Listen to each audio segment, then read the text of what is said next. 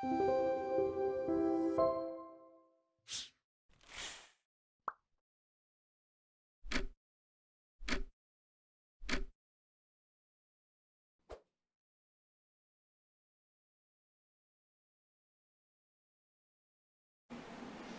dia, boa tarde ou boa noite, no seu horário que vocês estão me assistindo. Espero que estejam todos bem. No último bloco, na última aula, nós falamos sobre coisa julgada e falamos sobre os limites objetivos e subjetivos da coisa julgada. Nesta aula, nós vamos continuar com o estudo da coisa julgada nas ações coletivas. Neste bloco em específico, nós vamos tratar sobre os modos de produção da coisa julgada. E para isso nós vamos voltar para o nosso caso, lá da cidade de Moeda, para o rompimento da barragem da mineradora Serra Bonita. Vou deixar um pouquinho a câmera nos slides. Quem quiser pode dar pause dessa parte inicial, que eu acho que já estão familiarizados. Vou passar para a segunda parte desse caso, que eu alterei para que vocês entendam como funciona o modo de produção da coisa julgada. Vamos lá, eu vou ler esse novo caso. Vocês lembram que no último caso foi julgado improcedente pela primeira instância em decorrência de que o juiz entende que não é mais possível o pleito do dano moral coletivo no ordenamento jurídico brasileiro, sobretudo trabalhista. E no caso dessa questão, a situação é diversa. Vamos lá. O Ministério Público ajuizou a ação coletiva em face da mineradora Serra Bonita. O pedido relativo ao dano moral coletivo pleiteado foi julgado improcedente por falta de provas. O que o juiz entendeu? Entendeu-se que o rompimento da barragem ocorreu em função das fortes chuvas que afetaram a região. Então, choveu demais no mês de fevereiro, no município de Moeda. E o juiz entendeu que o Ministério Público não logrou êxito em demonstrar de que, de fato, ocorreu algum erro por parte da mineradora Serra Bonita. Então, ele julgou improcedente por falta de provas. O Ministério Público não se desincumbiu do seu ônus de prova, que é, via de regra, como vocês devem ter conhecimento, que do autor, via de regra. Está lá no artigo 818 da CLT, está lá no CPC também, que a quem incumbe é o autor. Entendeu-se que não houve essa desincumbência por parte do parquê do ônus de prova. Além disso, vamos voltar. Além disso, foram julgados improcedentes o pedido de reembolso de despesas com funeral e de pensão vitalícia para dependentes dos trabalhadores falecidos. A gente já falou e já classificou esses pedidos nas últimas aulas, nos últimos blocos. Então fica o questionamento: pode o MPT ou outro colegitimado ajuizar uma nova ação pleiteando o dano moral coletivo? E a outra pergunta: podem os familiares dos trabalhadores falecidos ajuizarem ação individual requerendo o reembolso de despesas com funeral e a pensão vitalícia? É possível tais pleitos? Já que foram indeferidos na ação coletiva, a coisa julgada coletiva ela vai prejudicar o particular? Então, é por isso que é importante que a gente entenda um pouco mais a parte teórica, que nós falamos que é o tripé que vai definir sobre a questão da coisa julgada. Os modos de produção da coisa julgada. No processo individual, a coisa julgada ela é pró et contra. O que significa esse termo em latim? Significa que a coisa julgada vai ocorrer no processo individual, ainda que seja desfavorável para as partes, e ainda que por insuficiência de provas. Então, ela vai ocorrer no processo individual, que é no caso lá do Tício contra Mévio, independente do resultado da demanda e independente da construção probatória daquele processo. Esse é o processo individual, que a coisa julgada nós já vimos que vai ser dentro do processo, interpartes, e além disso a gente está vendo agora que ela é pró et contra. Mas além disso, no processo coletivo, a gente tem outras peculiaridades. A coisa julgada vai ser secundum evento litis ou secundum evento probationis. A coisa julgada secundum evento probationis é aquela que ocorre de acordo com a prova produzida no processo. Ao passo que a coisa julgada segundo o resultado da lide, ela vai ocorrer conforme o resultado do processo. E a gente vai ver que, a depender da classificação do direito que está sendo pleiteado ali naquele processo coletivo, vai ser ou o segundo caso ou o terceiro caso. Então é isso, é uma das grandes peculiaridades do processo coletivo, da tutela de direitos coletiva.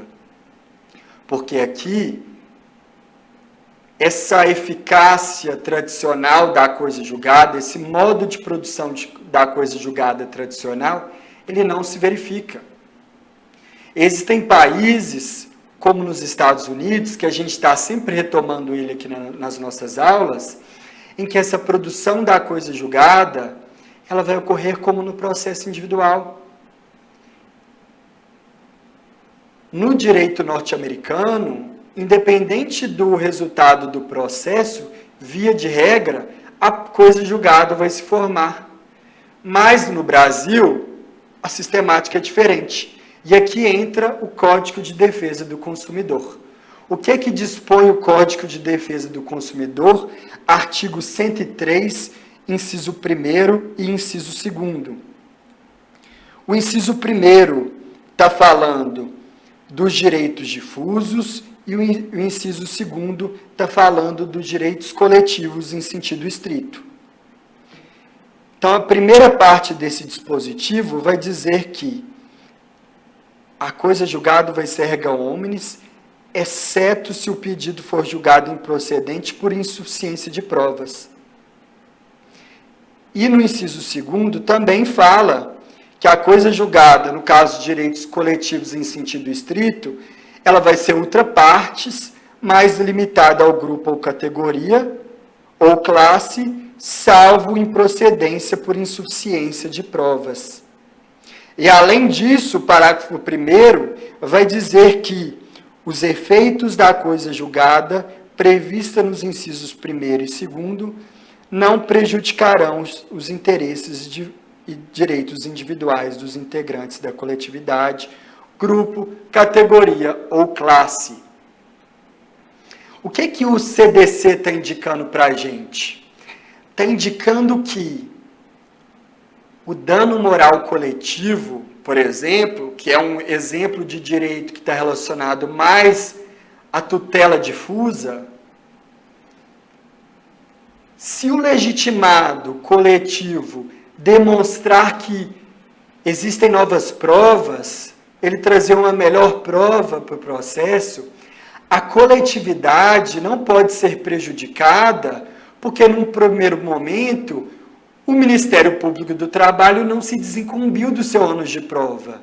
Então entende-se que o próprio Ministério Público do Trabalho, ou até mesmo outros legitimados coletivos, que são as partes que podem pleitear esse tipo de direito, difuso ou coletivo, em sentido estrito, podem entrar com uma nova ação, com novas provas, e aí entende-se que não há formação de coisa julgada nestes casos. Então, Isso que é a coisa julgada, segundo a prova. Se ficar demonstrado que a improcedência se deu por insuficiência de provas, não haverá a formação da coisa julgada, por disposição expressa do Código de Defesa do Consumidor. A ideia é que a coletividade não seja afetada por uma má atuação do legitimado coletivo, porque o direito não pertence a ela, o direito pertence à coletividade, ao grupo, categoria, ao grupo de indivíduos. Então é por isso que a sistemática da coisa julgada, neste tipo de ação, é diversa. Um outro caso ocorre no caso dos direitos individuais homogêneos. O capítulo da decisão da sentença que dispõe sobre direitos individuais homogêneos, vamos lá ver o que o Código de Defesa do Consumidor dispõe sobre isso. Artigo 103. Nas ações coletivas de que trata esse Código, a sentença fará coisa julgada, de acordo com o inciso 3º, erga omnes, que nós falamos na última aula, apenas no caso de procedência para beneficiar as vítimas. Isso significa que a coisa julgada em relação ao capítulo da sentença que versar sobre direitos individuais homogêneos, ela não vai poder afetar quem não participou da ação.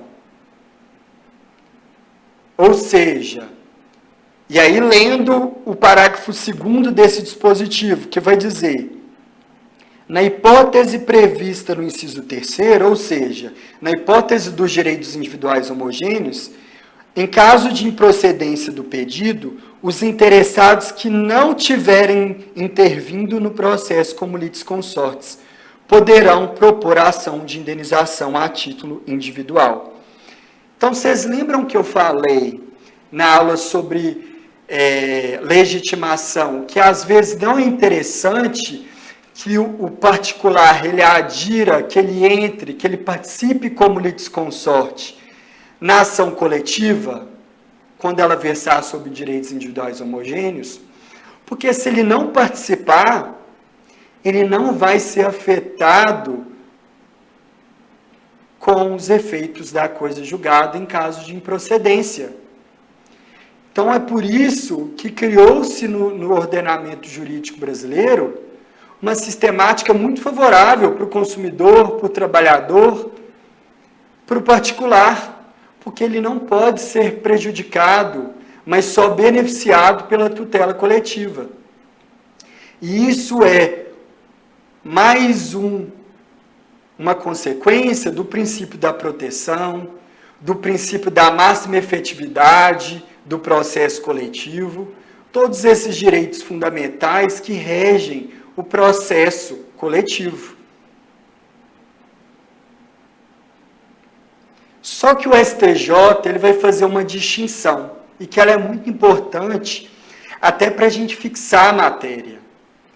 A sentença que versa sobre direitos individuais homogêneos, de acordo com a interpretação conjunta do inciso 3º com o parágrafo 2º do artigo 103 do Código de Defesa do Consumidor, que nós falamos sobre ele no último slide, de acordo com a interpretação sistemática desses artigos, o STJ chegou na seguinte conclusão. Isso está no informativo 575. Então vamos lá. Acompanhem comigo. Vou ler em voz alta o resumo dessas decisões do STJ. Se a ação coletiva envolvendo direitos individuais homogêneos for julgada procedente, a sentença fará coisa julgada erga omnes e qualquer consumidor poderá se habilitar na liquidação e promover a execução, provando o dano sofrido. Então é aquela questão que a gente já falou. A coisa julgada, se for procedente, pode beneficiar o consumidor, ou o trabalhador, ou a família do trabalhador, a depender de que microsistema específico a gente esteja falando. Se é o sistema consumerista, trabalhista, tributário. Aí agora, se a ação coletiva envolvendo direitos individuais homogêneos for julgado improcedente, não importa o motivo, porque mesmo que seja por insuficiência de provas, nesse caso não vai fazer diferença, porque a questão da insuficiência de provas está ligada aos direitos coletivos em sentido estrito e aos direitos difusos. O STJ diferenciou. Em relação aos indivíduos que não tiverem intervindo no processo coletivo como litisconsortes, nos termos permitidos pelo artigo 94 do CDC, estes poderão propor ação de indenização a título individual. Então, se eu não participei desse processo coletivo, como litisconsorte, como permitido pelo artigo 94 do CDC, eu vou poder ajuizar uma ação individual, mesmo que a ação coletiva seja julgada improcedente. A grande questão é esse item segundo, que ele fala que não cabe a repropositura de nova ação coletiva por outro legitimado coletivo. Então, o STJ faz uma diferenciação. Ele fala que, no caso dos direitos individuais homogêneos, o particular pode entrar como uma nova ação, mas o legitimado coletivo, em relação a ele, o CDC foi silente em relação ao legitimado coletivo. Então, ele não vai poder ajuizar essa ação novamente, porque, nesse caso, a coisa julgada em relação aos direitos individuais homogêneos, em relação aos legitimados ideológicos, ela vai ser parecida com o processo individual. Ela vai ser pró et contra, ou seja, ela vai se formar independente do resultado da lite. Então, vocês perceberam a diferença das questões? A gente vai retomar isso por meio da retomada do caso concreto. Vamos lá. As perguntas que foram feitas no início da aula. Pode o MPT ou outro colegitimado ajuizar uma nova ação pleiteando o dano moral coletivo? O dano moral coletivo, de acordo com a classificação que nós fizemos nos últimos blocos, ele é mais enquadrado, ele está mais relacionado com um direito difuso. Então, pode ajuizar uma nova ação? Qual que é a sistemática do CDC em relação a isso? Em relação aos direitos difusos e coletivos em sentido estrito, a coisa julgada vai se formar segundo a prova produzida no processo, segundo um evento probationis. Isso significa que, se o Ministério Público do Trabalho tiver uma nova prova, ele pode reajuizar essa ação e pleitear o dano moral coletivo. Situação diversa se verifica com a questão dos direitos individuais homogêneos. Vamos lá para a segunda pergunta. Podem os familiares dos trabalhadores falecidos ajuizarem a ação individual, requerendo o reembolso de despesas com funeral e a pensão vitalícia?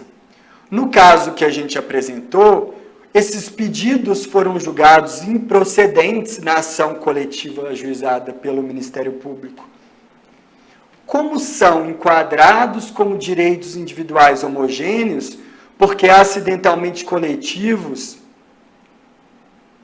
porque direitos divisíveis que poderiam, inclusive, ser pleiteados por meio de uma ação individual, entende-se que, nesse caso, são direitos individuais homogêneos.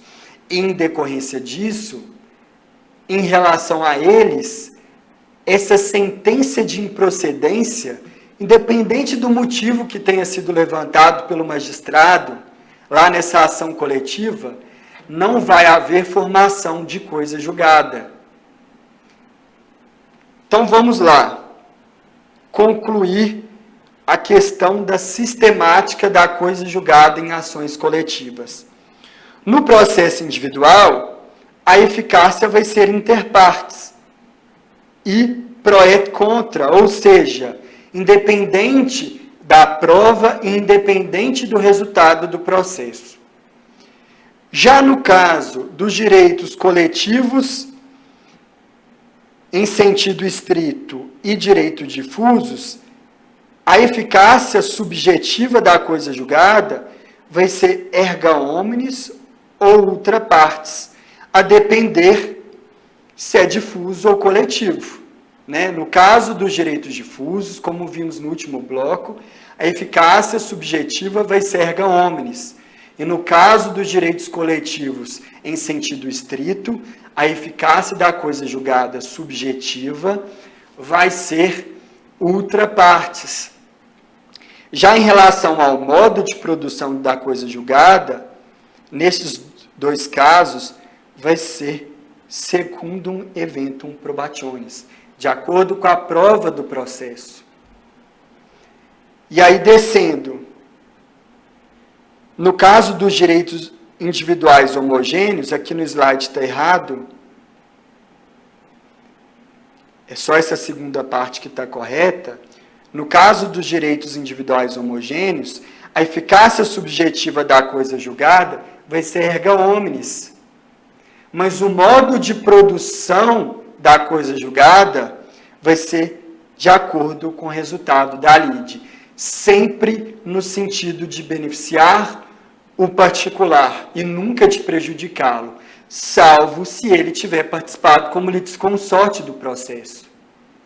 Então, essas informações são extremamente importantes, não só para quem vai ajuizar uma ação coletiva, se eventualmente os senhores participarem, né, como membros do Ministério Público, participarem numa associação, num sindicato, como defensores públicos, ou até mesmo, caso os senhores ajuizem uma ação individual, por alguma razão, como advogados, é importante que vocês tenham ciência dos impactos da coisa julgada no caso dos direitos individuais homogêneos. Então, esses conhecimentos são de extrema importância para o intérprete e para o estudante, para o estudioso do direito, seja na graduação, na pós, no mestrado, no doutorado. Essa compreensão de como funciona o microsistema é extremamente importante.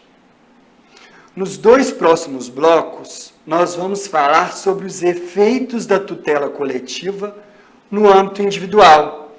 E aí, vai ser o pulo do gato mesmo desse curso. Mesmo quem não tem oportunidade de atuar como defensor, como membro do Ministério Público, é extremamente importante que os senhores entendam as repercussões da ação coletiva no plano individual. Então, fiquem comigo e assistam os próximos blocos, que eu acho que vai ser bastante esclarecedor. Então, até mais, obrigado pela atenção e até o próximo bloco.